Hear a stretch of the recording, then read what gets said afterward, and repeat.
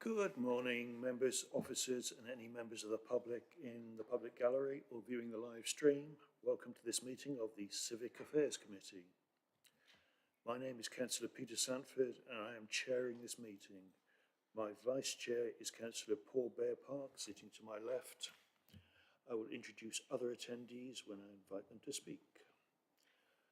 Those in the chamber are reminded that the meeting is being live streamed. By your presence here in the chamber and via video conference, you are deemed to have consented to being filmed and to the use of images and sound recordings for a webcast and archived recording. May I ask those who are joining us remotely to ensure their camera and microphone remained off until they are addressing the committee. For those present in the room, please ensure your microphone is close to you and speak clearly when addressing the room. Item on our agenda today is apologies. Pippa, are there any apologies for absence, please?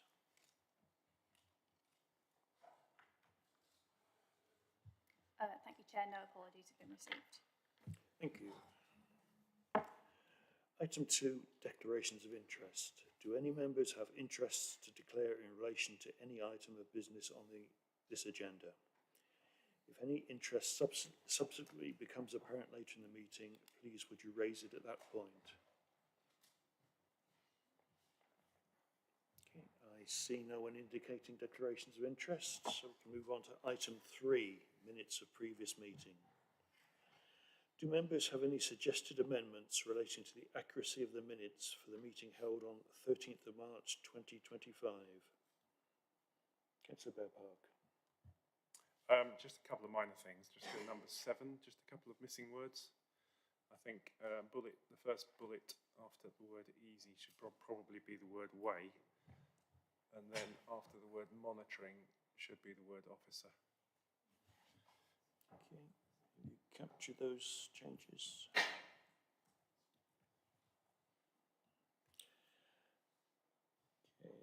I was not in attendance for the last meeting, so I'm going to ask Vice Chair Councillor Paul Bearpark to move approval of these minutes as a true and accurate record. Councillor Bearpark? Yes, I'm fine with that. Okay. Would the previous chair of this committee, Councillor Fain, be happy to second this proposal? Councillor Khan, thank you for seconding. Absolutely fine.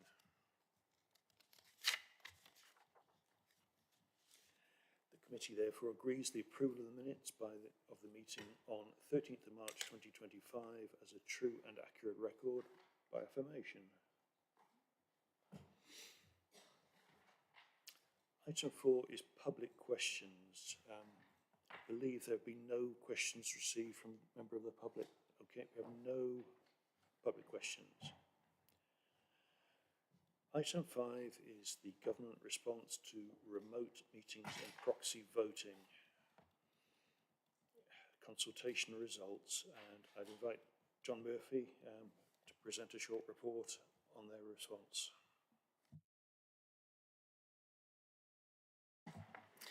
Thank you, Chair.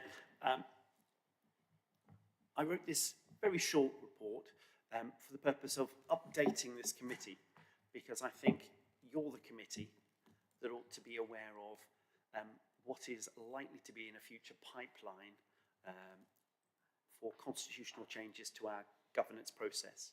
And in this particular instance, regarding the likelihood of having remote meetings formalised again. I know many of you will have experience from the COVID era of that type of arrangement. And also the potential for having proxy votes, not being present but telling a colleague or however that you would like to vote in this way. So this report is merely to inform you. There is no clear legislation yet, but I thought it was interesting just to draw out 2 key points for you. And of course, I will shortly be departing for other shores and my successor will be arriving. And I wanted to make sure that when my successor sits here at the next meeting, he or she, whoever they may be, know that you are aware of things that are going to come through. So in short, I thought it was interesting that question 2, I'm going to look at the appendix to the report, which is the the outcome of the consultation. Question 2 highlighted that there is a 86% significant majority of respondents were in favour of the broad principle of allowing remote attendance at council meetings. I think that clearly comes through, that people think it's a good thing. That's not without challenges. I know there'll be parish councils that might find IT challenges. We're very lucky here. We have a lot of resource with a lot of dedicated officers to make it happen. There are arguments that will help widen the potential pool of members who might be joining, those that are working for daytime meetings, may be able to carve out time and join remotely. And also, I'm mindful that we sit here in a rural district council, and whether it would be 3 feet of snow outside or whatever, if there were ever a national emergency or a weather warning, meetings can still happen, governance can still go ahead if that remote meeting is in place, and any future change would go through Civic Affairs as a specific proposal before then the change of constitution would go to full council.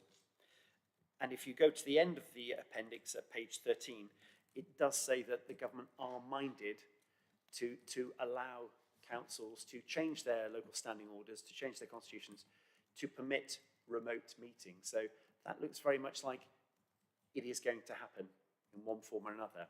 So that's a clear direction of travel. The proxy voting, I find more nuanced. Who doesn't like the idea that if you or any other member, God forbid, were in hospital and there was a full council meeting later that day, you could clearly designate someone to vote in your, to enable your vote to matter. And I think that's a really sensible idea.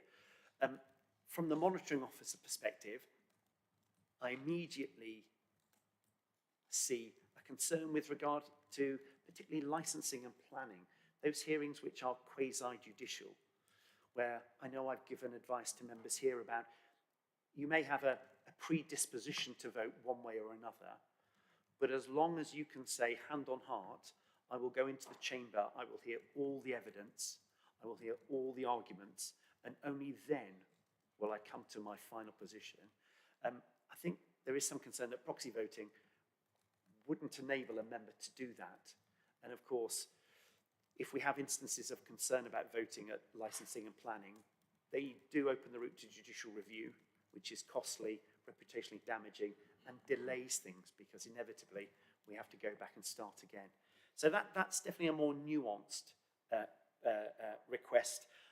At page 13 in the appendices, all the government seem to be committed to is saying that at unitary level, they are minded to proceed with proxy voting for full council meetings. Beyond that, I think it'll be wait and see, explore. But certainly from the MO perspective, I think planning and licensing, quasi-judicial are the ones that I would have concerns about.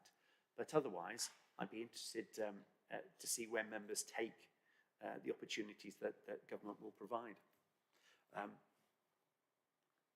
So, Chair, once again, this report I brought to the attention of Civic Affairs because I want you to be knowledgeable about this, and I invite you to note the contents of the report and the appendix.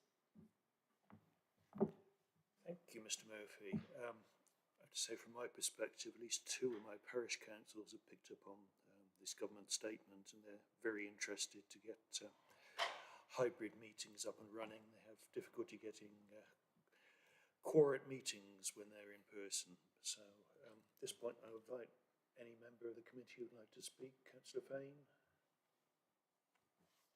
Thank you, Chair. Yes, a very good summary by John Murphy, of course. It doesn't seem to me that government is particularly committed to any one outcome on these matters. There's clearly a distinction, very much so, to entirely separate issues. Remote meeting, we know, as was mentioned, can be made to work. It seems to me unlikely that legislation will be brought forward urgently, so this is primarily, I suspect, a matter for our successor authorities. I think it sounds as though there will be a lot of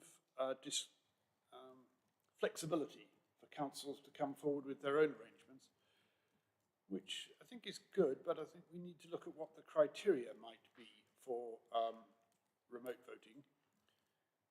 It is possible, of course, that if they're too open, we might end up with very few people in the chamber at all, which in a chamber this size would look a bit ridiculous and might undermine public confidence.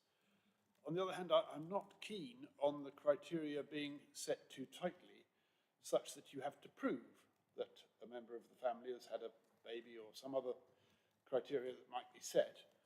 On the proxy voting, in most situations, it seems to me that it's far best to have substitutes, particularly for legislative committees. If you can't attend planning, you should get a substitute, and that substitute should use their discretion to determine what the outcome should be. They shouldn't be a proxy taking part in the debate and then waiting for somebody else to tell them how to vote, or indeed having already been told how to vote. That would be unacceptable in a legislative committee. So our views on this may be a bit theoretical, but it's useful to have an early sight of it. Thank you for your thoughts, Councillor Fane. Yes, I tend to agree with your points. Obviously, a proxy vote would work for full council when you can't send a substitute, but for other committees, they have to take things on an individual basis. Councillor Khan, please. Actually, I think it's not similar. There are similar considerations which do apply to full council. I mean, when we make a motion, for instance, propose a motion, there are questions about whether we are fully open to all the arguments that are presented in council, and it has a sort of a certain legislative impact. So we managed during COVID, but I suppose that if it was a critical issue, a critical motion which really directed the council, it again might cause problems of legitimacy if somebody wasn't there, couldn't be proved to be there and participating. Generally, I can see the argument in favour of why certain people might want a proxy vote if they're going to be away for a long period of time, but I think for routine one-off absences, it's much more favourable, much preferable to have a substitutes. How that could get across and how that could be regulated, well, it would have to be by individual. Looks though they're proposing by individual councils, but because it will provide the power to do this. I don't suppose it will provide the obligation on many of these things. And in that sense, it is good that they would devolve the responsibility of how they manage that to the individual local authorities. Thank you. Councillor van der Ven, please. Thanks. I'm glad you mentioned the rural nature of our district, and it will still exist after the new unitaries are formed. And I think we can't underplay the luxury of private transport. I mean, I want to say most of our villages, for most of us, it would be difficult to attend today without a car. And if we are seeking to encourage everyone in society to feel that this role is open to them, and given the fact that most of our work takes place in our communities, but coming here for formal meetings does require viable transport. So I would absolutely support a careful principle of hybrid attendance, but not sort of blank check, but, you know, for serious need. And I think I agree with the comments earlier about it isn't just planning and licensing that should see members listening to the debate before voting. I would always want to come in with an open mind. And so remote attendance does allow one to listen to the debate, and therefore some kind of voting rights associated with remote attendance. I mean, I think the important thing is hearing the debate and participating in the debate.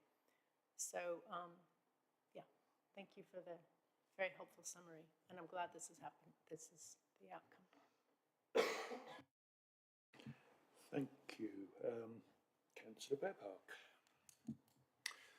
Yeah, I just wanted to make a comment on hybrid meetings.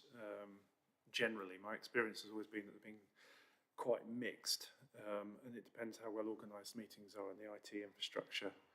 So here it works extremely well. Everybody's got their own microphone. People online can hear well, but in other situations where the IT infrastructure isn't so good, or it's not quite so organised, it can be quite chaotic. Now, maybe there will be a period where, you know, for maybe smaller councils, parish councils, there will be a period where they transition to going from somewhat chaotic to more, and there's a learning period to get through. But yeah, I'm a little bit concerned about those without the right IT infrastructure struggling with hybrid meetings in particular. Full online actually often works better than hybrid. And those online often feel quite, can sometimes quite feel that they don't have a proper voice during a meeting compared with those that are actually in person. So I think there's going to need to be some care taken in terms of how hybrid meetings would be managed for certain organisations. Thank you. Does any other member wish to speak on this item? Councillor van der Ven again. Thanks. It's on the matter of proxy voting as opposed to what I was talking about earlier. I think for these new arrangements to work, the council meeting needs to be very well organised in advance. And I'm thinking about last-minute amendments.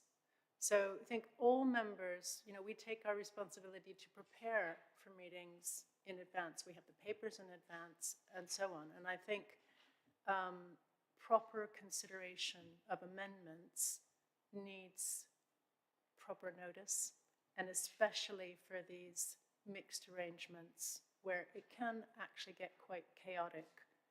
And so I think the days, the 24-hour advance notice of amendments is really important for this new kind of mix to be clear and effective. Thank you. Councillor Garvey, please. I can see its use for the committees here, but as regards the parishes, there's often just 4 or 5 councillors attending, so I can't see them ever being able to do remote or hybrid meetings.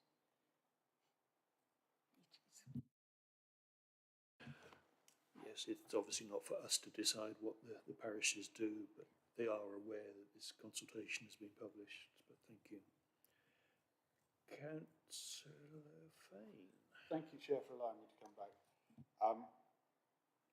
I agree with what Councillor van der Ven says about amendments, but I think if we had the power to insist on 24-hour notice in all cases, it would make it quite difficult sometimes to get it right in full council, where we spot that during the course of debate that something needs to be amended. Not all amendments are controversial, some are uncontentious, and I think it's very important we retain flexibility in that regard.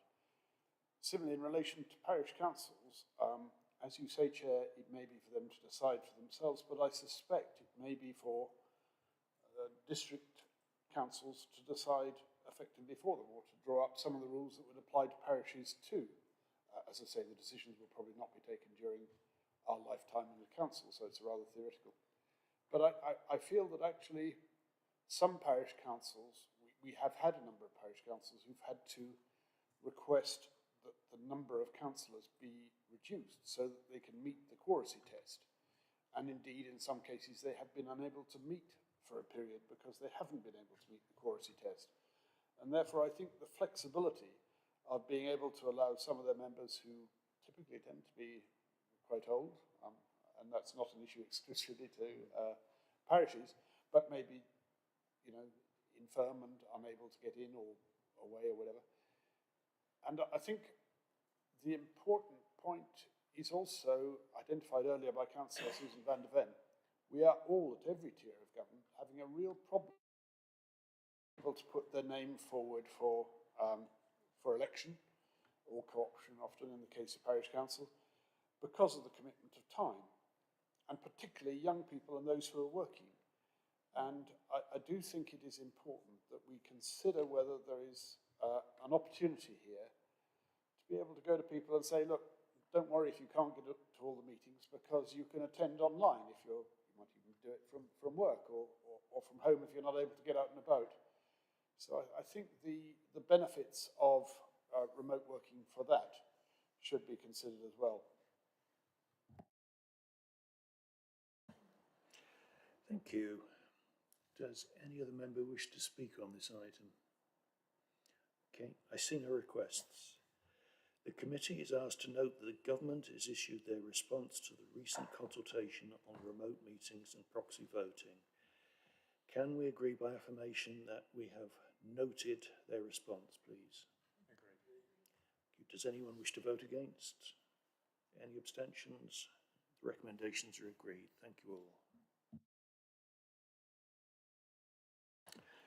We now move on to item 6 on the agenda. Item 6 relates to Code of Conduct complaints, including an annual summary. I invite Mr. John Murphy to present his report. Thank you, Chair.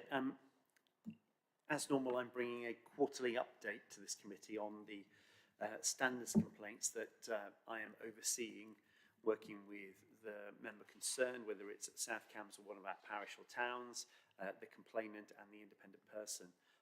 Before I give an update to the council, to this committee, sorry, I'd also like to draw your attention in the report to paragraph 4 about the new complaints form, which is online.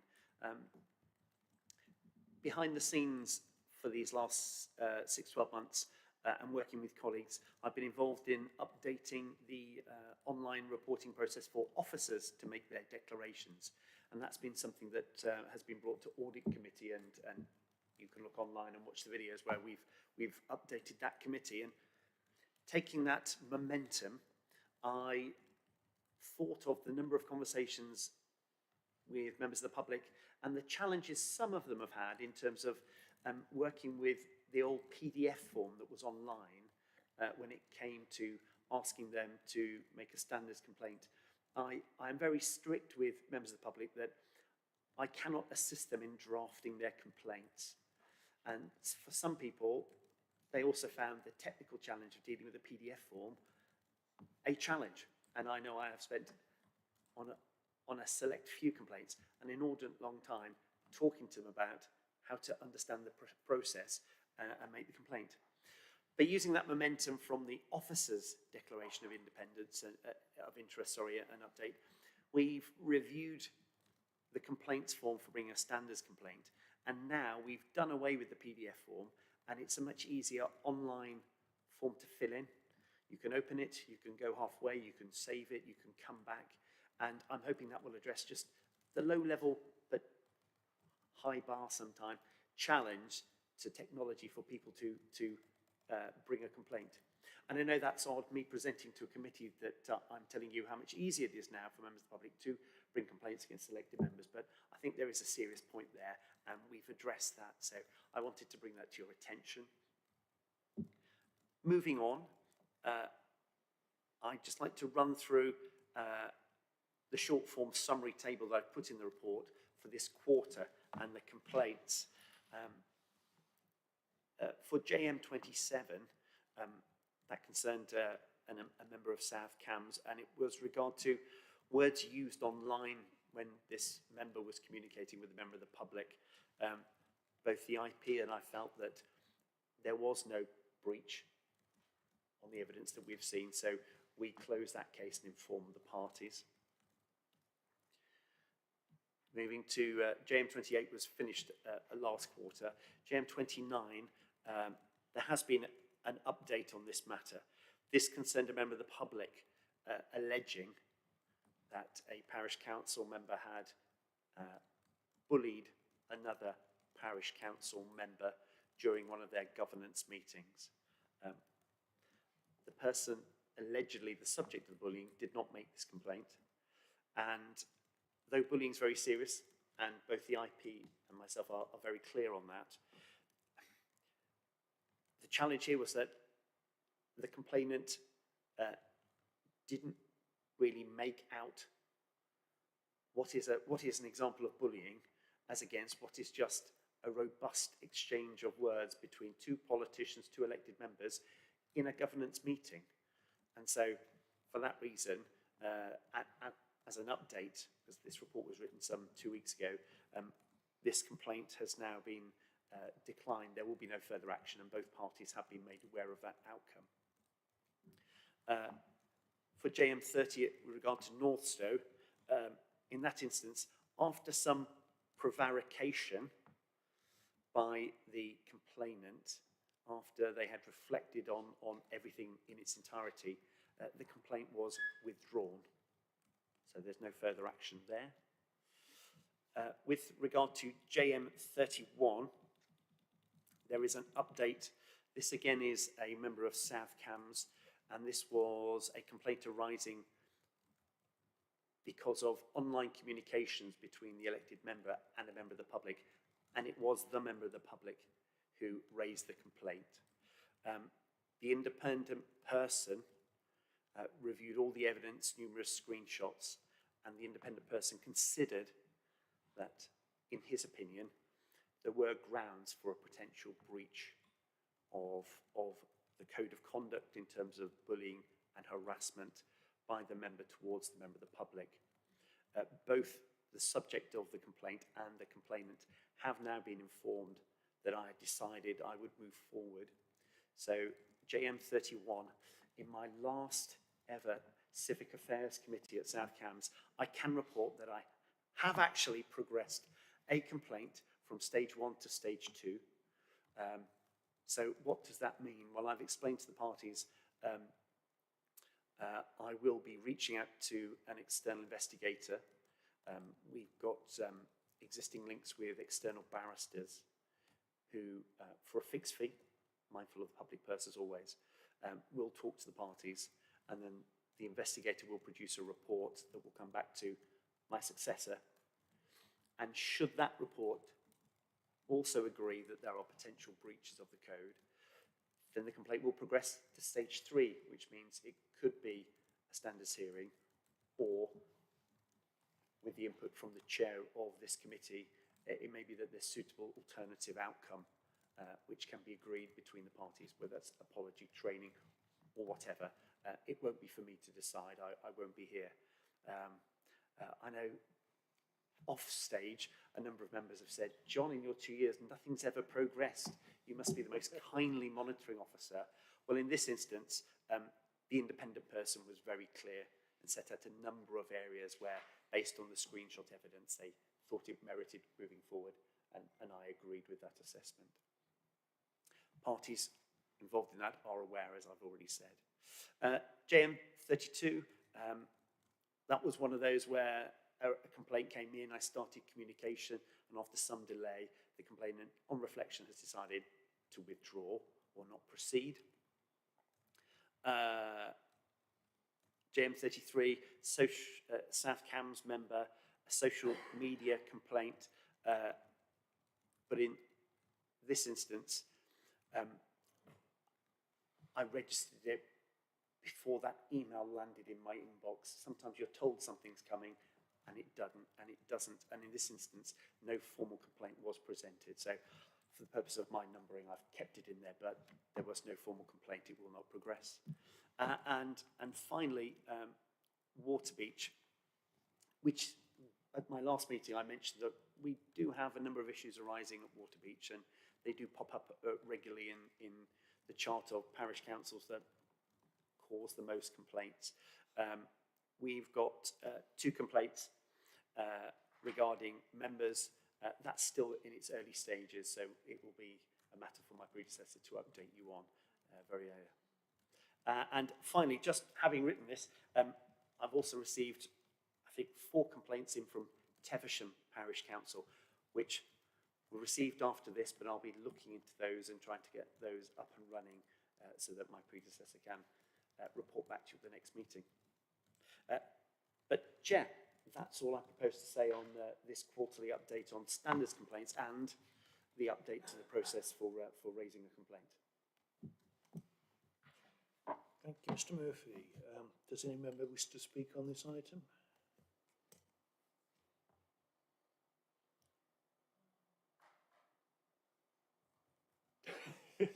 Councillor Van der Ven, please. Well, I guess I just think it's probably important just to acknowledge that it's sad that these situations arise. And I think people are concerned about both having a robust discussion, but also upholding standards of what different people consider to be civility and appropriate conduct. And these situations are really difficult. And maybe, I don't know if they're getting more difficult, but they are difficult. It's good to have this procedure for looking at things, and it's probably good that you haven't had to progress any other complaints in your time here. May I? Mr Murphy. Thank you, Chair. Yes, and as I've said before, I was previously a Deputy Monitoring Officer where I also did this at another local authority. And generally, I think South Cambs and our parish town councils, I think there are good standards of councils out there in the main. I think we benefit here at South Cambs particularly because members have had training, and I think it does mean that we have across the board members who are more aware of the standards they need to achieve. At parish councils, I think the exposure to training is perhaps not as comprehensive. Is that a polite way of saying it? So there are many, many good people. There are 1 or 2 people who perhaps don't think of training first and foremost before they start typing. And equally, more generally, I always recognise that when it's politicians speaking to politicians, there is an enhanced freedom of expression. There is a bit of rough and tumble in the debating chamber, and long may that continue, because that's at the heart of having a difference of opinion. And there's a bit of elasticity on how I would interpret it, and the independent person would approach a complaint arising. When it comes to elected politicians with members of the public, that enhancement probably isn't as elastic. I think people could do well with just being more mindful of Nolan principles. But yes, I think that's a fair summary of trends as I see them. Thank you. Councillor Fane, please. Thank you, Chair. I suppose what I want to do is to exploit the fact that we have John Murphy here for one final time. We've all referred to the difference between robust debate, particularly in this council chamber, and bullying and so on, whether online or in reality.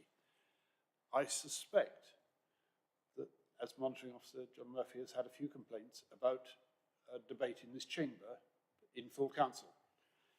And I'm always concerned, we are signed up to debate, not hate, and so on, that we do moderate our language. But I recognise that there are occasions when that isn't felt to have happened. And yet I think I share Councillor Van der Ven's reluctance for these matters to be resolved as a formal complaint. And I just wonder whether, in the light of experience over the last couple of years, John Murphy is able to tell us anything about case complaints that may have arisen out of, in general terms, not about particular circumstances, complaints that may have arisen following debate in this chamber, particularly in full council. Mr Murphy? Chair, yes, it is true. There have been a number of full council meetings in my time here where on the day afterwards, I've had phone calls. Sometimes I've been tipped off that I'm likely to receive a call. And I should say that's from both sides of the political divide. And I've had a conversation in which I've used the terms of enhanced freedom of expression, robust debate, civility, Nolan principles. I've thrown word bingo, if you want to be so flippant, into that conversation. And I've asked people to think about whether they want to make a complaint, because I am very mindful. I'm an officer. I'm speaking to an audience now of elected members, and I don't think officers want to get involved where there is robust difference of opinion. There is a line, and I think you know it when you see it, or rather you know it when it's been overstepped. But I think there's always got to be, this has to be, this chamber here has to be where people get stuck into each other politely, robustly, sometimes fierily, but people sleep on it, and if they come back the next day and they're back to being civil, cooperating members of different teams, I think that's a healthy democracy. So in the main, yes, I have been contacted. I have generally invited people to sleep on it, whether it's a good look to have members from one side complaining about the other side arising out of a full council debate. I'm also mindful that there are many, many criticisms of the standards complaints procedure that monitoring officers oversee and have been for a number of years. I don't see any sanction that is in my power or the policy that we have at this council. There's no outcome there that is a magic wand that changes the opinions and the hearts of minds and the behaviour of members. So it really is incumbent on members, but I've found people here have been very willing to get angry, fight for what they believe in, argue for what they believe in, and in general they sleep on things and then get up the next day and come back to work and work with colleagues and opposition to make things better for our residents. Thank you, Mr Murphy. Councillor Khan, please. I generally agree with you that the general behaviours, I think, in our council and our local authorities, all levels, seems to be generally mild. Perhaps having lived in Poland and seeing some of the East European local authorities and councils and governments coming to fisticuffs sometimes in the chamber, I have a greater tolerance of disagreement than many. In fact, I would just comment that many of the things which frustrate me the most are not matters which could be subject to complaint. I mean, because often there's a value judgment involved, like frustration because of behaviour or stupidity, as one might regard, of some particular person, are not matters for complaint, and long should they not be so.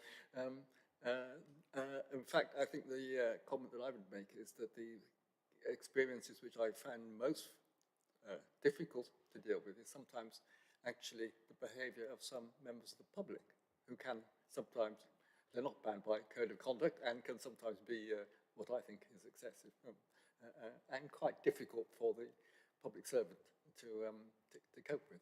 But we manage, and that's part of the job. Thank you. Does any other member wish to speak on this item?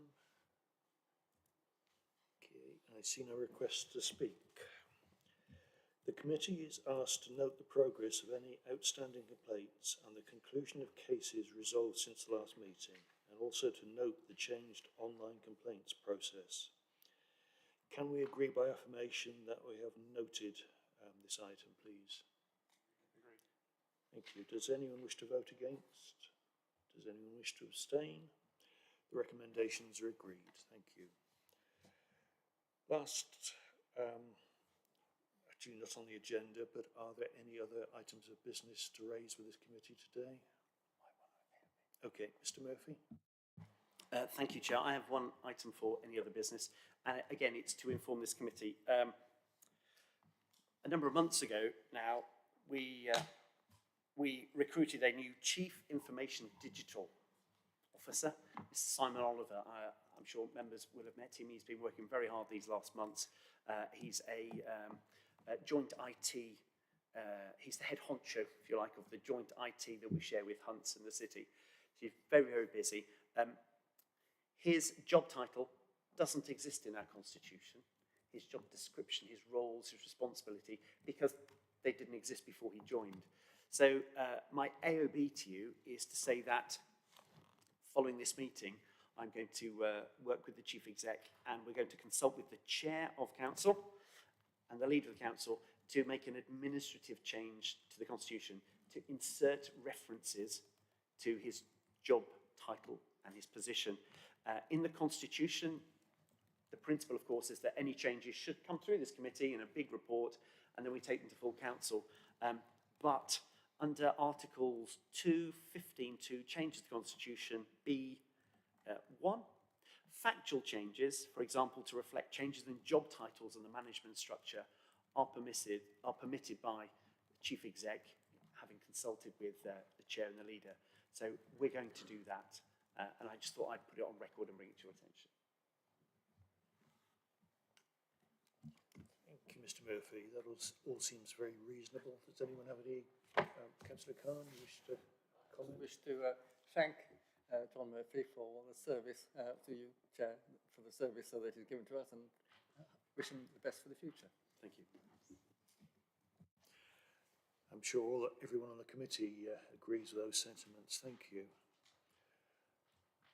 Does anyone else wish to speak?